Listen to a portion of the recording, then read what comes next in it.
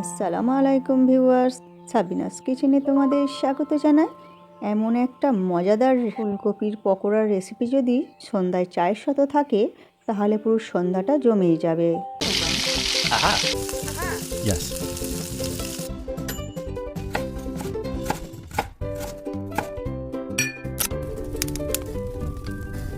Wow.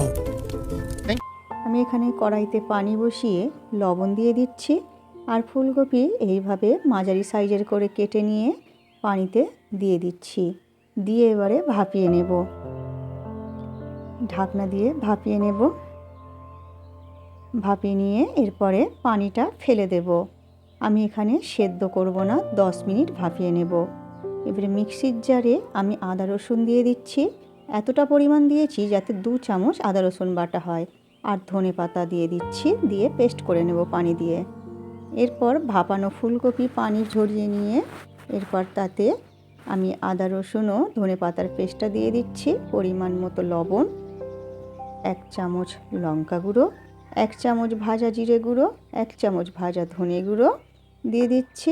আর দিয়ে দিচ্ছি 1 চামচ চিলি ফ্লেক্স, 1 চামচ টমেটো সস, হাফ চামচ সয়া সস।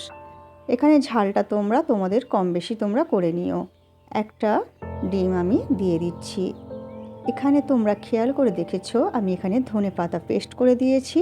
এই ধনে পাতা পেস্ট করে দেওয়ার জন্য এই পকোড়ার স্বাদটা দ্বিগুণ বেড়ে যাবে, তাই তোমরা অবশ্যই ধনে পাতাটা পেস্ট করে দেওয়ার চেষ্টা করো।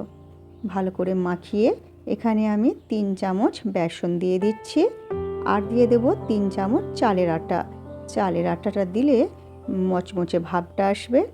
তোমরা যদি ময়দা বা কর্নফ্লাওয়ারও দাও তাহলে পরিমাণটা সমান সমান দেবে।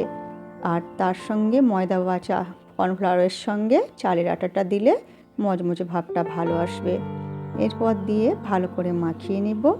এরপর কড়াইতে তেল ভালো করে গরম করে হাই হিটেই আমি পকোড়াগুলো ভেজে নেব।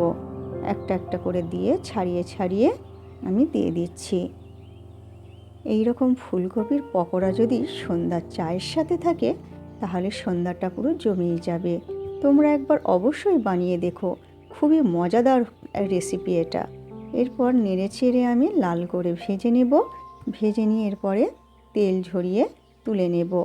এইভাবে তোমরা সমস্ত পকোড়াগুলো ভেজে নিও। এরপর তোমরা গরম গরম পরিবেশন করো সন্ধ্যার চায়ের সাথে। আমার রেসিপিটি তোমাদের ভালো লাগলে লাইক কমেন্ট শেয়ার করে পাশে থেকো। আমার রেসিপিটি ফেসবুক থেকে দেখলে ফলো করে দিও, ইউটিউব থেকে দেখলে সাবস্ক্রাইব করে পাশে থেকো। শেষ পর্যন্ত দেখার জন্য অনেক অনেক ধন্যবাদ।